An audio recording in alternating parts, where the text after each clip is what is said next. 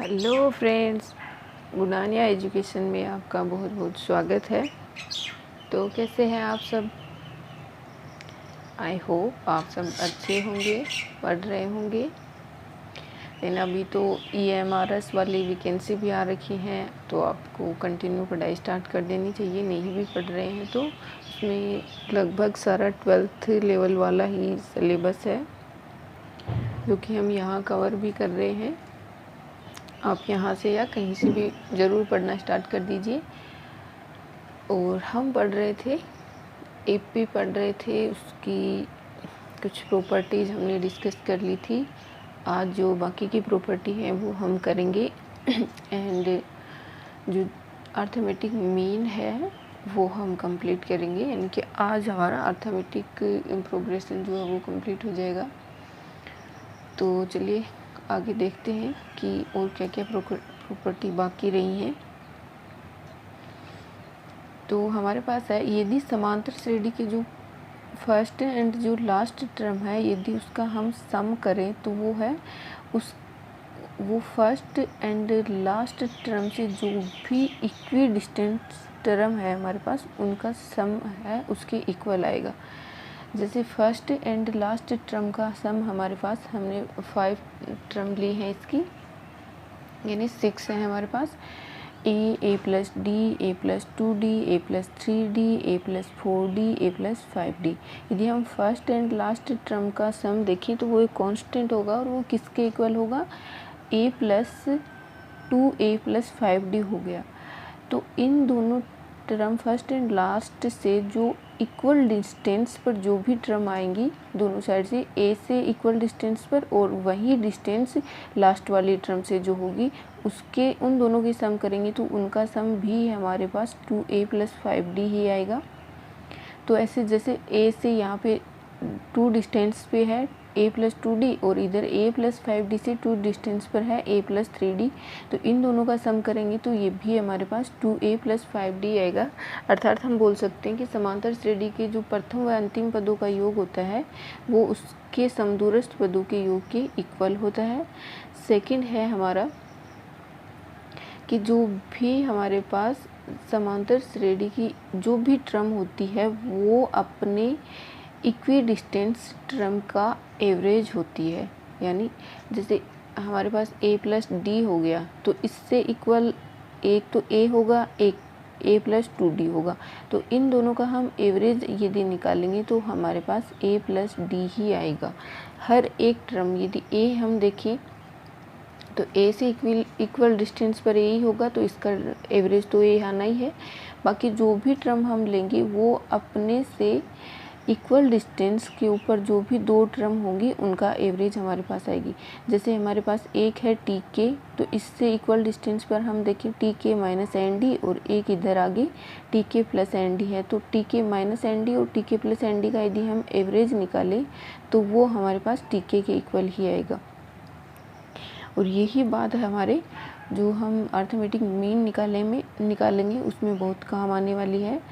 या फिर एक है हमारे पास कि यदि समांतर श्रेणी के टर्म को हम किसी एक स्पेशल नंबर से, मतलब एक विशिष्ट संख्या से, उसी विशिष्ट संख्या से या तो घटा दें, जोड़ दें उसमें, या फिर उसको मल्टीप्लाई कर दें, या और फिर उसमें भाग दे दें, तो वो भी हमारे पास एक AP ही बनती है।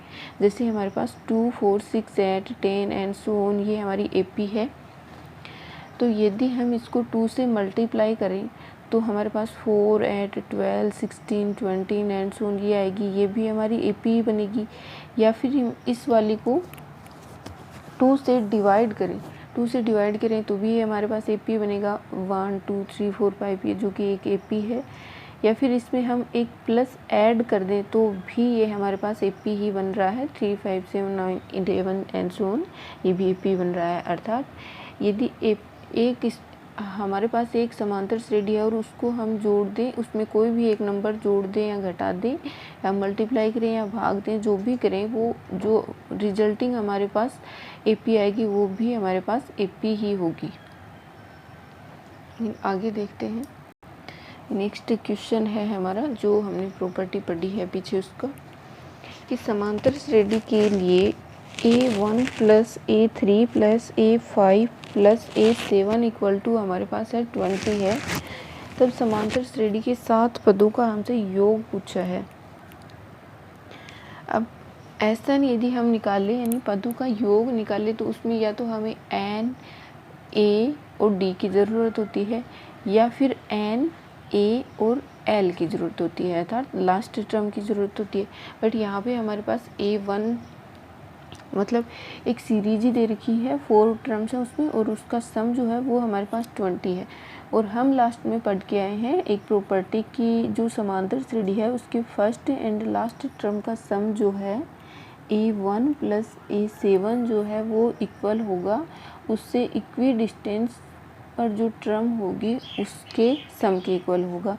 तो यहाँ पे A1 से इक्वल डिस्टेंस पे A3 है और A7 से A5 है, तो A3 और A5 के सम के इक्वल होगा A5।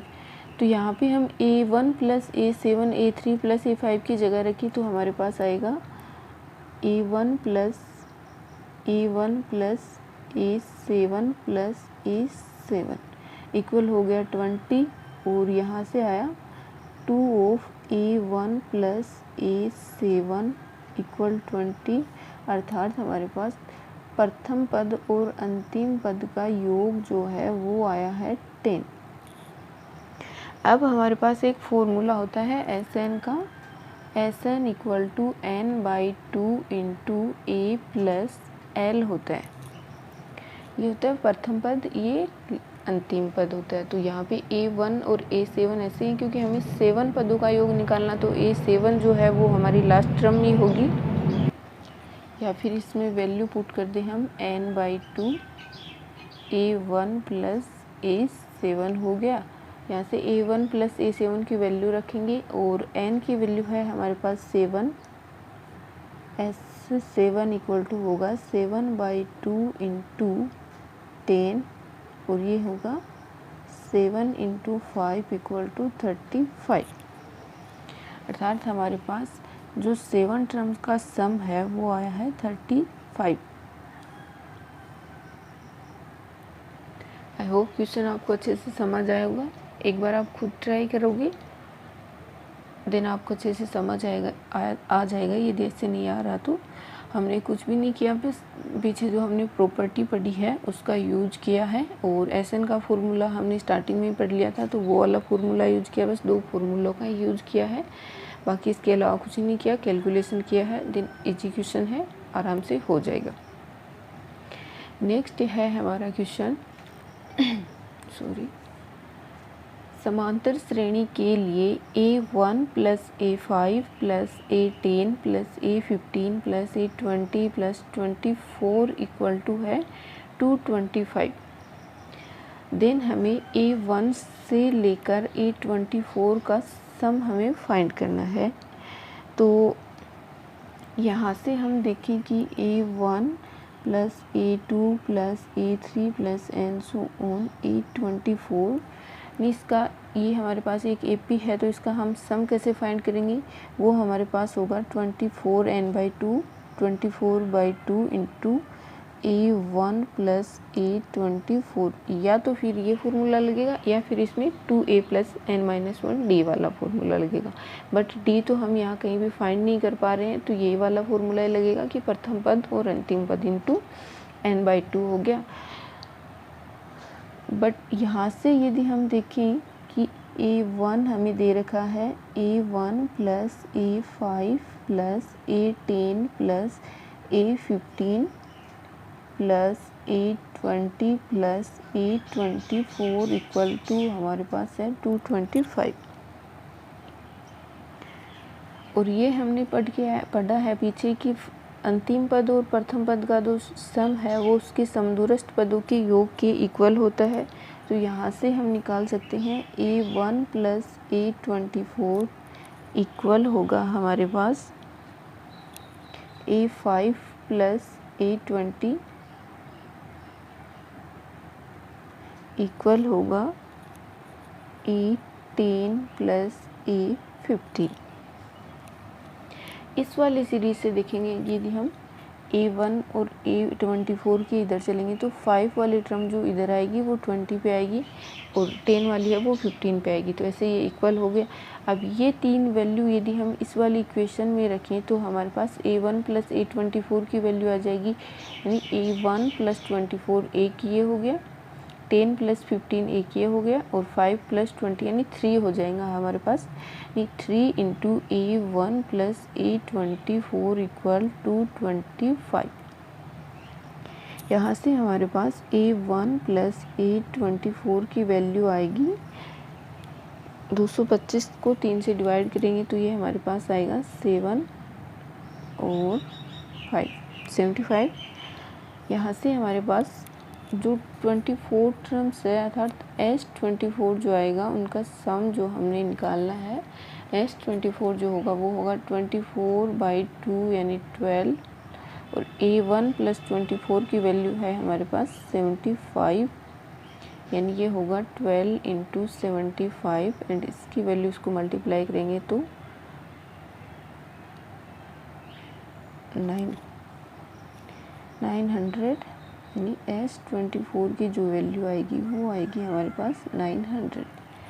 जो लास्ट क्वेश्चन किया था सेम उसी पे बेस्ड है। एक हमें AP दे रखी है तो हम वहाँ से वैल्यू निकालेंगे A1 मतलब फर्स्ट और लास्ट टर्म जो होगी उसका सम की हम वैल्यू निकालेंगे।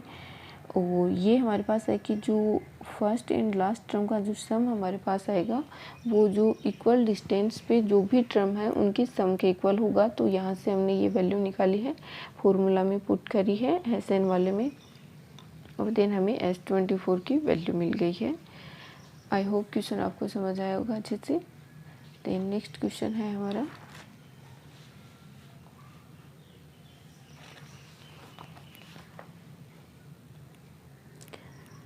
समांतर श्रेणी की mवें पद का m गुणा तथा nवें पद का n गुणा बराबर है तब m प्लस nवां पद हमसे पूछा है।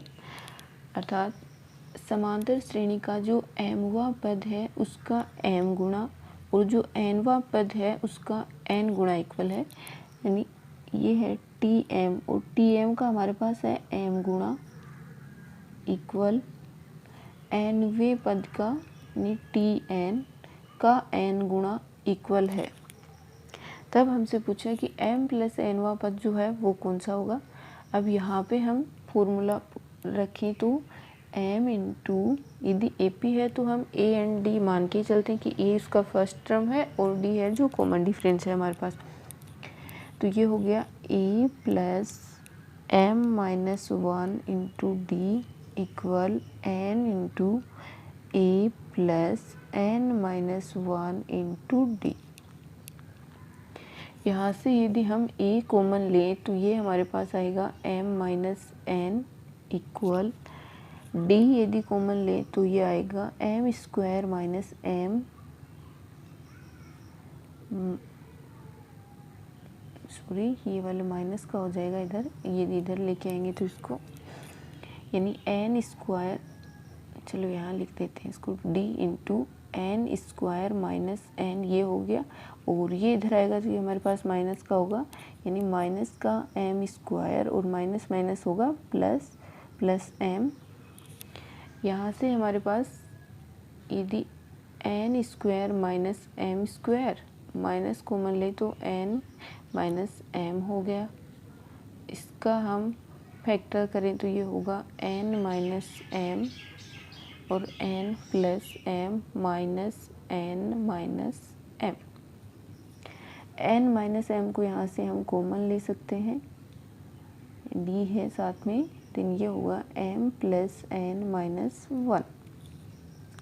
इधर है हमारे पास a into m minus n, तो ये m माइनस n है, n माइनस m से कैंसिल हो जाएगा माइनस के साथ में, तो minus a equal d into m plus n minus 1। Minus को इधर करें यानी a की वैल्यू हमारे पास आई है minus d into m plus n minus 1।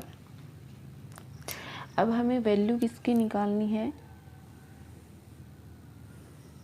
या तो हम यहाँ से टी एम प्लस एन की हमें वैल्यू निकालनी है, टी एम प्लस एन, वो हमारे पास होगा A plus M plus N minus 1 into D.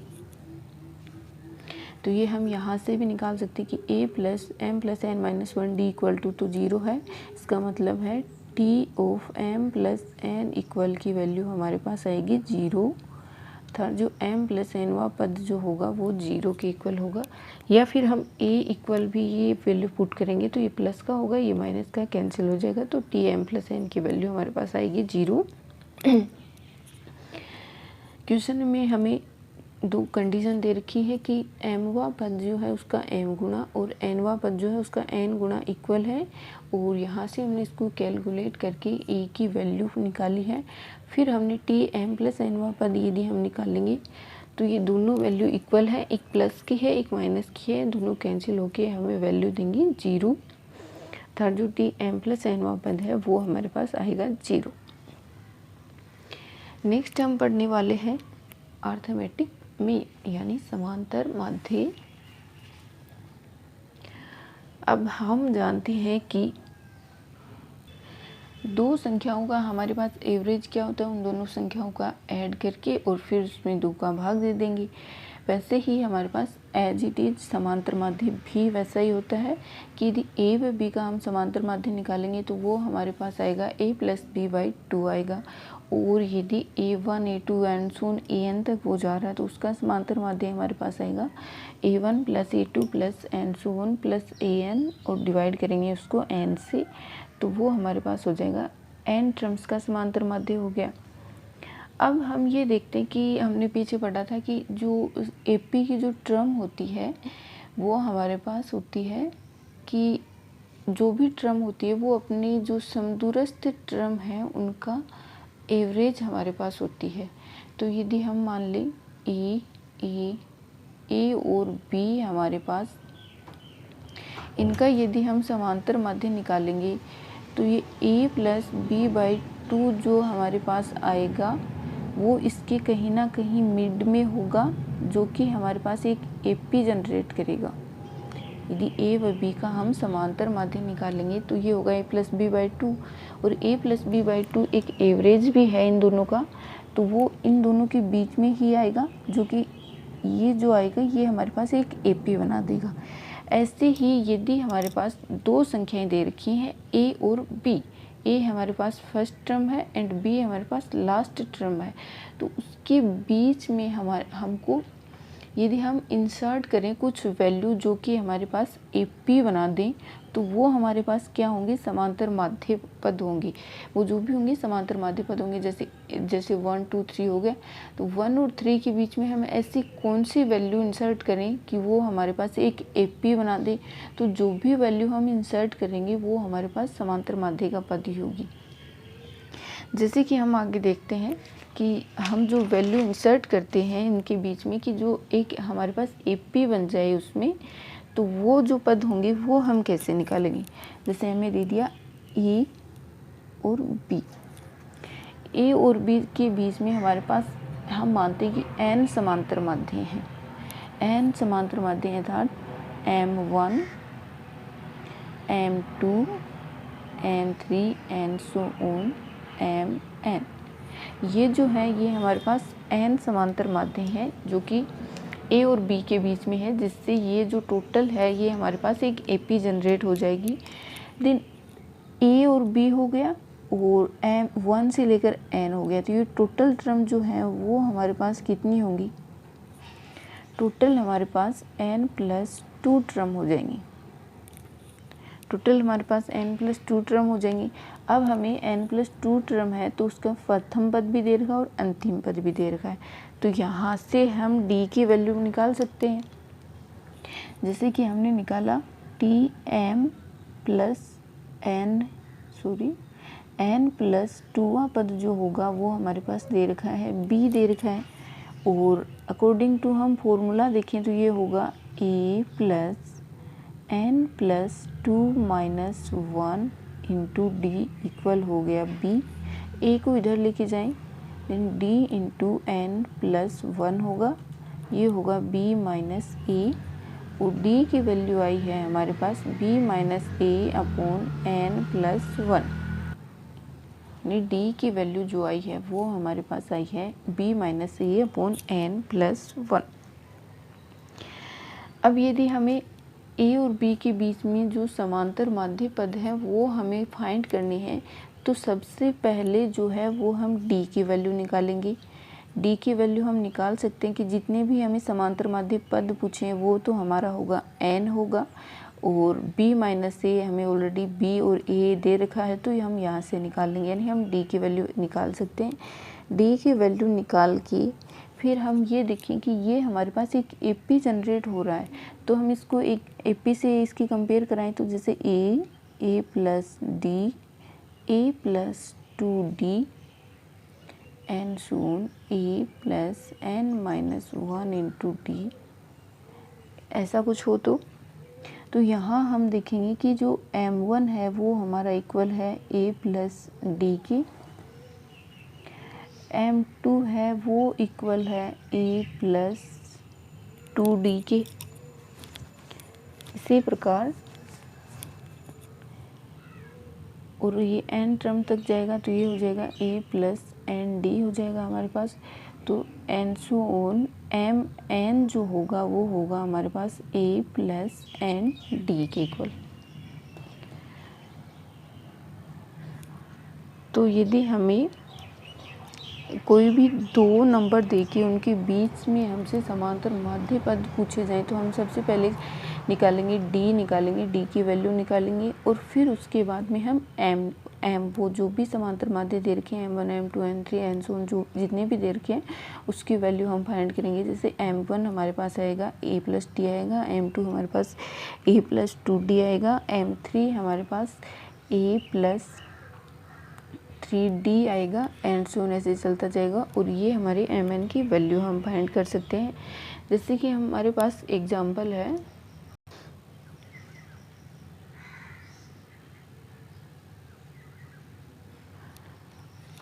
Sorry guys शायद ये क्वेश्चन अच्छे से रिकॉर्ड नहीं हुआ है, मैं आपको एक बार फिर से बता देती हूँ कि ये जो है हमारा 7 व 71 के मध्य m समांतर माध्य दे रखे हैं और हमें m की ही वैल्यू फाइंड करनी है, था 7 व 71 के मध्य कितने समांतर माध्य हैं वो हमें फाइंड करना है। दूसरा हमें दे रखा है कि पांचवा समांतर माध्य जो है वो हमारा 27 है। पांचवा समांतर माध्य हमारा क्या होता है a प्लस 5d होगा। यहाँ से हमें d की वैल्यू मिली है 4।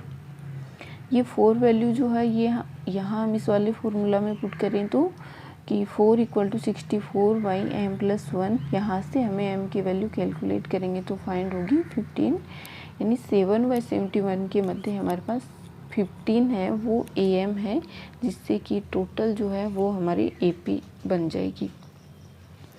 नेक्स्ट क्वेश्चन है हमारा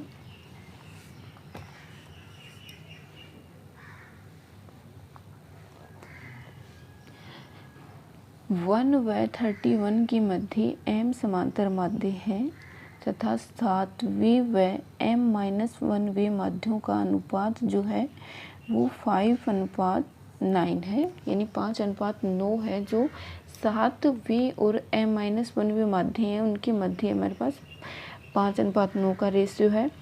तो हमें m की वैल्यू फाइंड करनी है कि 1 व 31 के मध्य कितने समांतर माध्य हैं। यहाँ से सबसे पहले हम d ही निकालते हैं, तो यदि हम d निकालें तो वो हमारा होगा b माइनस ए अपॉन n प्लस 1 इक्वल होगा 31 माइनस 1 अपॉन m की वैल्यू n की वैल्यू है m प्लस 1 हो गया, ये होगा 30 अपॉन m प्लस 1। अब हमें दे रखा है कि m7 और m-1 जो है उसका जो रेशियो है वो 5:9 है, अर्थात m7 upon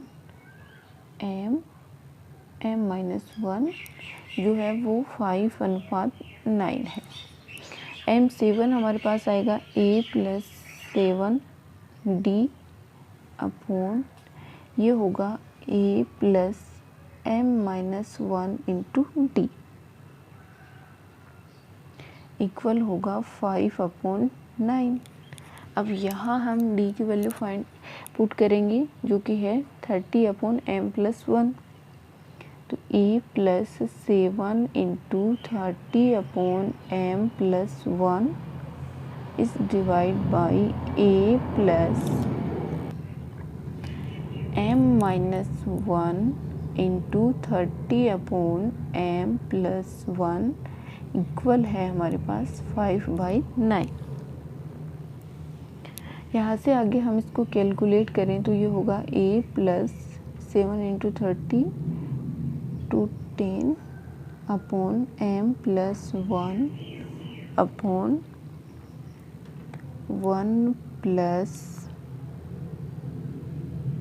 30 into m-1/m+1। LCM लेंगे हम ऊपर नीचे तो m+1 से m+ हमारा कैंसिल हो जाएगा, यानी a into m+1 plus 210 upon ये होगा m+1 plus 30 into m-1 equal 5/9। यहाँ से हम इसको कैलकुलेट करें तो ये हमारे पास आएगा, सॉरी ये भी हमारे पास ए ही है और ए की वैल्यू हमारे पास है 1 दे रखी है, तो ए की वैल्यू हम 1 रख देंगे। तो ये होगा m+1 plus 210 upon m+1 plus 30 into m-1 equal 5/9। इसको कैलकुलेट करें तो ये होगा m+211 अपॉन ये होगा 31m प्लस क्या -29 इक्वल होगा 5/9।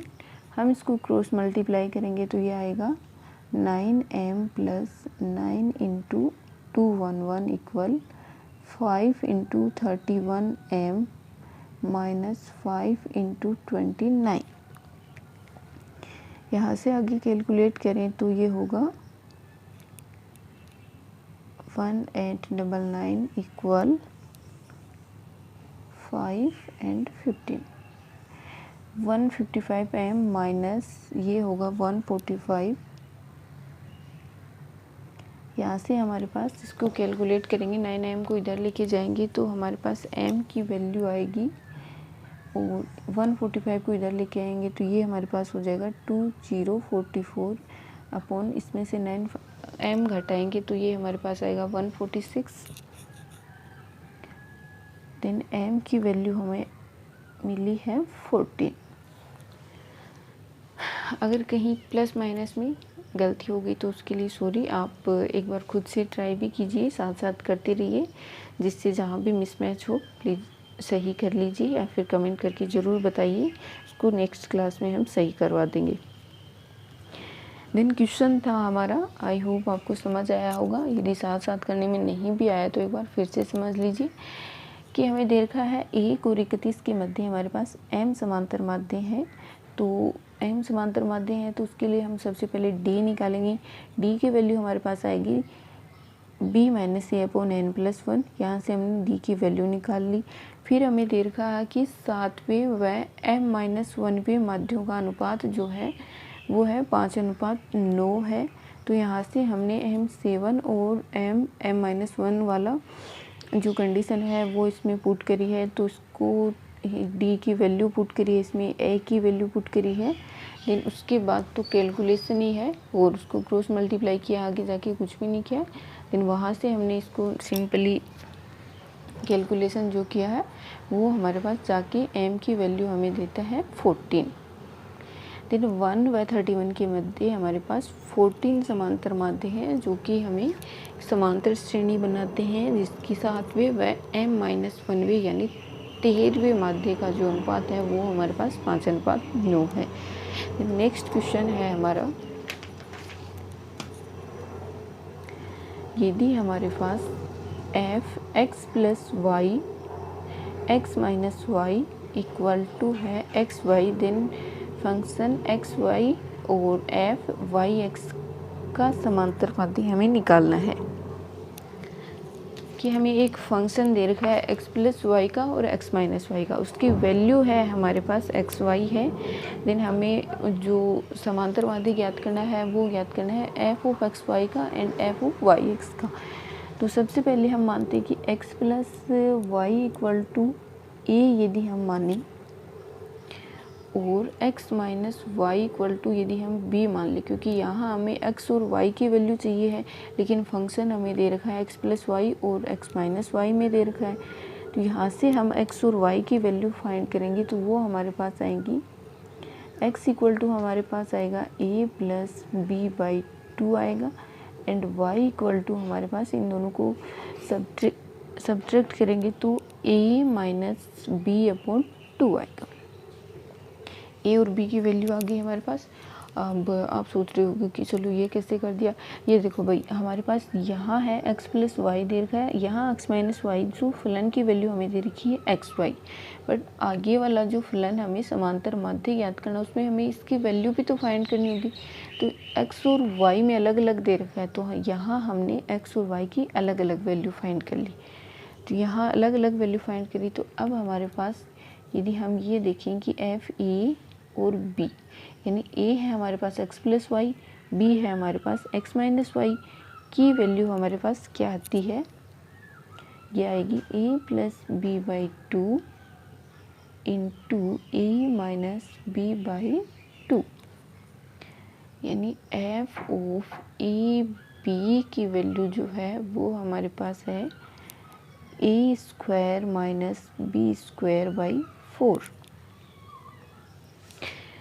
अब ये फंक्शन है तो इसमें हम ये जो a और b है ये भी हमारे पास वेरिएबल ही हैं, और जो x और y हैं वो भी हमारे पास वेरिएबल ही हैं। तो हम फिर से a और b को यदि हम x y में चेंज करना चाहें तो हमारे पास क्या लिख सकते हैं हम कि f of x y equal to हमारे पास आएगा x square minus y square by 4 आ गया।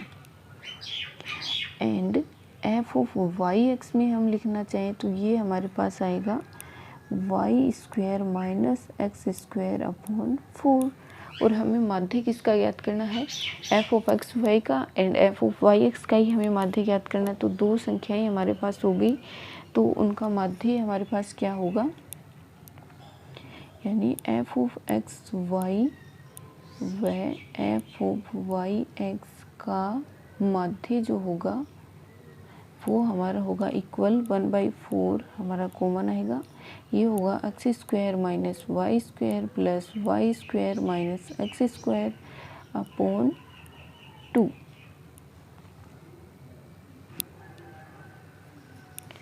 तो यहाँ से वाई स्क्वायर कैंसिल हो गया, एक्स स्क्वायर कैंसिल हो गया, और इसकी वैल्यू हमारे पास आई है 0। यानी एफ ऑफ एक्स वाई और एफ ऑफ वाई एक्स का जो माध्य है वो हमारे पास 0 है। आई होप क्वेश्चन आपको समझ आया होगा। एक बार फिर से देखते हैं कि हमें जो निकालना है वो एक्स एफ ऑफ एक्स और वाई में ही निकालना है, बट हमें यहाँ दे रखा है कि x plus y and x minus y दे रखा है। तो यदि हम इसको x और y में चेंज करेंगे तो यहाँ से इन दोनों वैल्यू से हम x और y कैसे निकाल सकते हैं, या तो इन दोनों को ऐड करके या फिर इनको घटा के।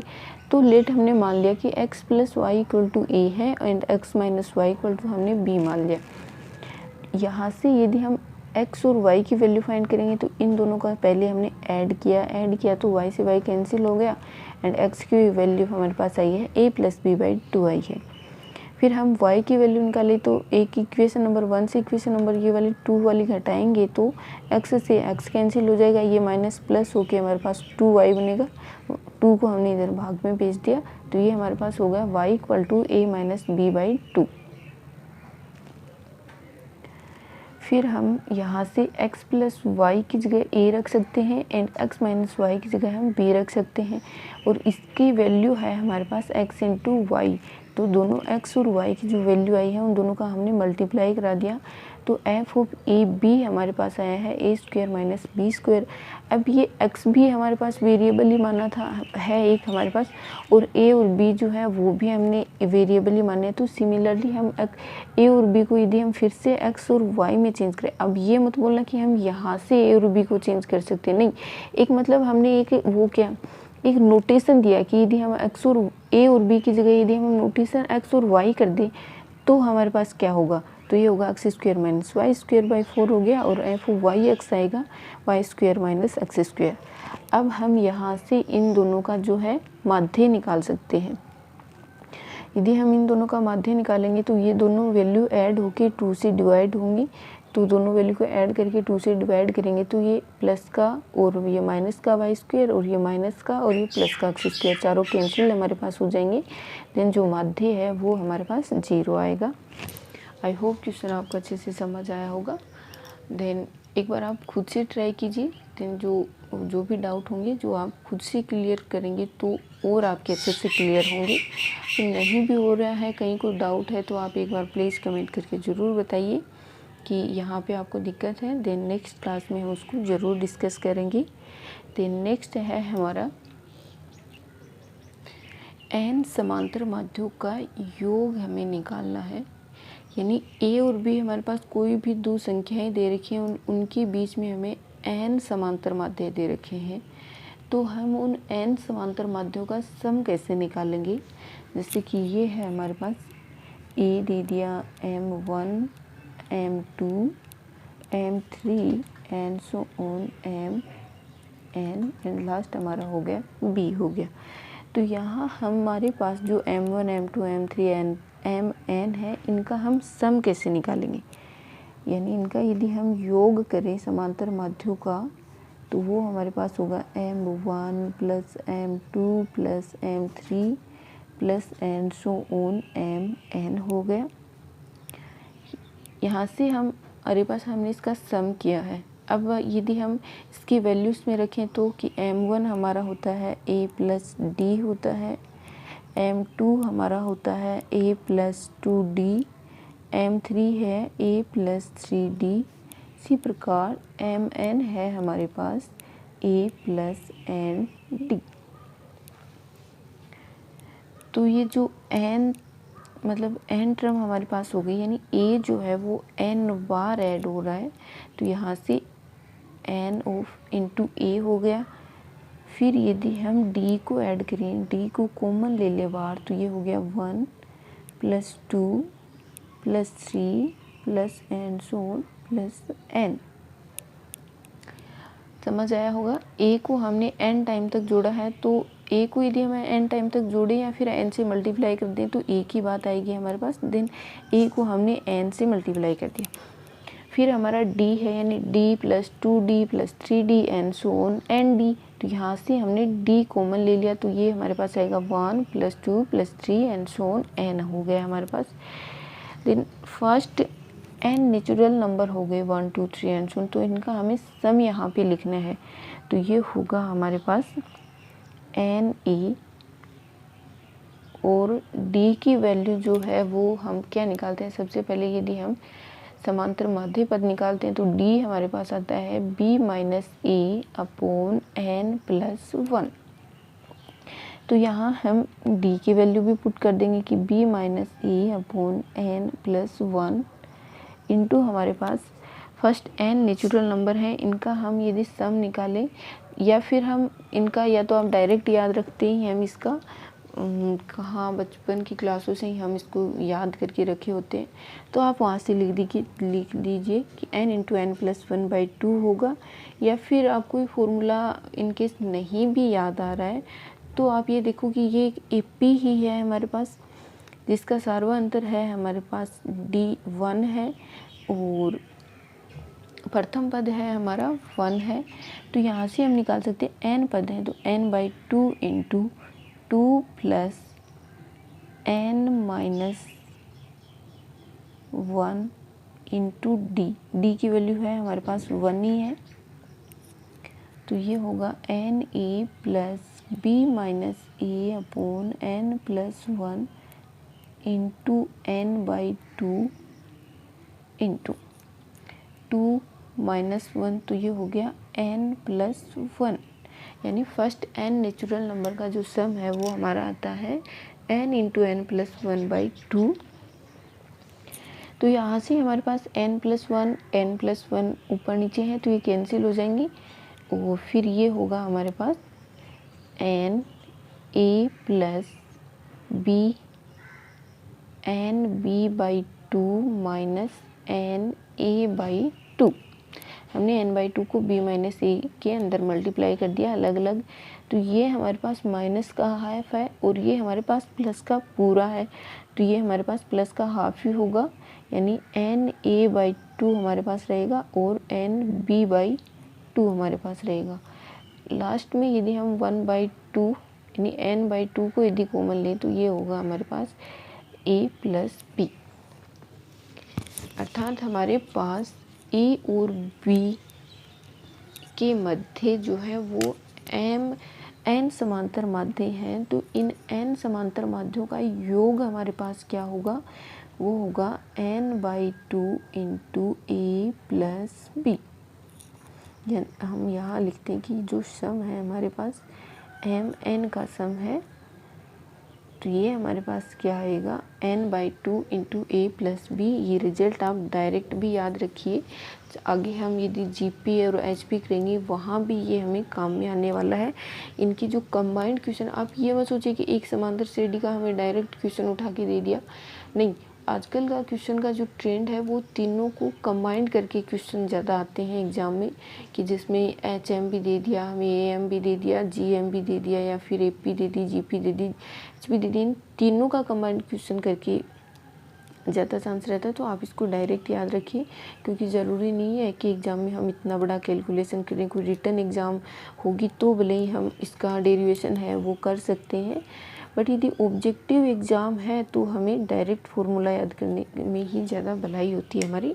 देन आप इसको डायरेक्ट याद रखिए कि n समांतर माध्य जो है दो संख्याओं के बीच में वो है, यदि a और b हमने दो संख्याएं मानी है तो n/2 इंटू a+b जो होता है वो n समांतर माध्यों का योग होता है हमारे पास। देन नेक्स्ट क्वेश्चन है हमारा, ये जो हमने इनका एडिशन वाला फॉर्मूला पढ़ा है वो है, यदि हम निकालें कि 1 और 99 के मध्य हमारे पास 50 समांतर माध्य हैं तो उसका हम सम कैसे निकालेंगे। जैसे ये हो गया हमारे पास, फॉर एग्जांपल हो गया 1 व 99 के मध्य 50 AM है, देन हमें इसका योग ज्ञात करना है। योग ज्ञात करना तो हम क्या करेंगे, n/2 यानी 50/2 इंटू a+b यानी 1+99, देन यहाँ हमारा होगा 25 इंटू 100 यानी 2500 जो होगा वो जो 1 और 99 के बीच में 50 समांतर माध्य हैं उनका हमारे पास सम होगा। फिर नेक्स्ट क्वेश्चन है हमारा, क्वेश्चन देख लीजिए, 1 व r के मध्य हमारे पास n समांतर माध्य हैं, तब प्रथम माध्य और nवां माध्य का हमें अनुपात पूछा है कि 1 और r के मध्य हमारे पास n समांतर माध्य है और हमें फाइंड करना है कि प्रथम माध्य और m1 ओ अनुपात mn जो है वो हमारा क्या होगा। देन यहाँ से हम देखते हैं कि a इक्वल टू हमारे पास 1 है एंड b इक्वल टू हमारे पास r है, तो यदि हम d निकालें तो वो हमारा क्या होगा, b माइनस ये होता है यानी r-1/n+1, ये हमारा d हो गया। फिर हमें फाइंड करना है m1/mn, यानी प्रथम समांतर माध्य और nवां समांतर माध्य का हमें रेशियो फाइंड करना है, तो ये क्या होगा हमारा a+d होगा और ये होगा a+n_d होगा। यहाँ से हमारे पास a की वैल्यू है 1, d की वैल्यू है r-1/n+1 है, 1+n इंटू r-1/n+1, d की वैल्यू हमने इसमें पुट कर दी। फिर n+1 को इधर लेके हमने एलसीएम लिया है, तो यहाँ से ये होगा n+1 + r-1/n+1 plus n into r minus 1। ऊपर एलसीएम में जो हमारे पास n प्लस 1 आएगा और नीचे वाले से वो कैंसिल हो जाएगा। देन फाइनली वैल्यू ये आई है। यहाँ से 1 से 1 कैंसिल हो गया तो ये होगा n plus r upon n की वैल्यू। यदि हम यहाँ से देखें ये प्लस का 1 है, ये प्लस का n है और ये माइनस का n होगा। यदि इसको अंदर मल्टीप्लाई करें तो n से n कैंसिल हो गया। देन हमारे पास बाकी है n r प्लस 1। तो यहाँ से फाइनली हमें वैल्यू क्या मिली है, m1 अपॉन m n की वैल्यू जो है वो है n plus r upon n r plus 1।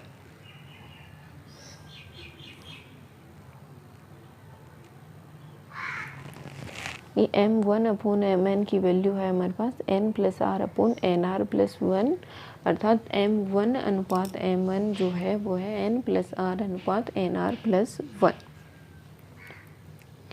I hope question अच्छे से समझ आया होगा। बस हमने ए और बी हमें दे रखे हैं, डी की वैल्यू निकाली है और जो माध्य का हमारे पास फॉर्मूला है ए प्लस 2d एन सो नहीं प्लस एन डी, उसी में हमने वैल्यू रखी है और वहाँ से इसका अनुपात हमने निकाला है। देन आप क्वेश्चन खुद से ट्राई कीजिए, देन और आपको अच्छे से समझ आ जाएगा।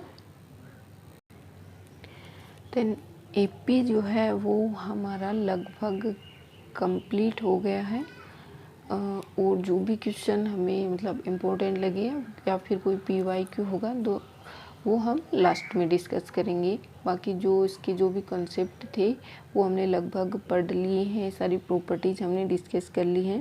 देन नेक्स्ट क्लास में हम जीपी पढ़ेंगे। तब तक आप एपी को अच्छे से खुद से पढ़ लीजिए। जितने भी क्वेश्चन मैंने खुद ने करवाए हैं या फिर और आपके पास बुक है, कोई रेफरेंस बुक है तो आप उसमें से एपी के जितने भी क्वेश्चन हैं आप वो ज़रूर निकालिए, तो जिससे आपको अच्छे से याद हो जाए। जो भी फॉर्मूले हैं, प्रॉपर्टी है, वो ये मत हल्के में मत लेना कि चलो इजी चैप्टर है यूँ ही याद हो जाएगा।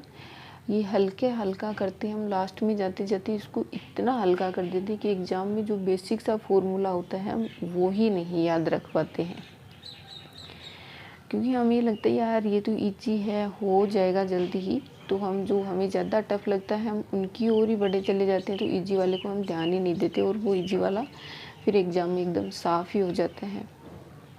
तो एक बार आप इसको ज़रूर अच्छे से पढ़िए। कहीं कोई डाउट हो तो कमेंट करके ज़रूर बताइए। वीडियो अच्छी लगी हो तो लाइक कीजिए, शेयर कीजिए, सब्सक्राइब कीजिए। मिलते हैं नेक्स्ट क्लास में। यहाँ तक बने रहने के लिए थैंक यू।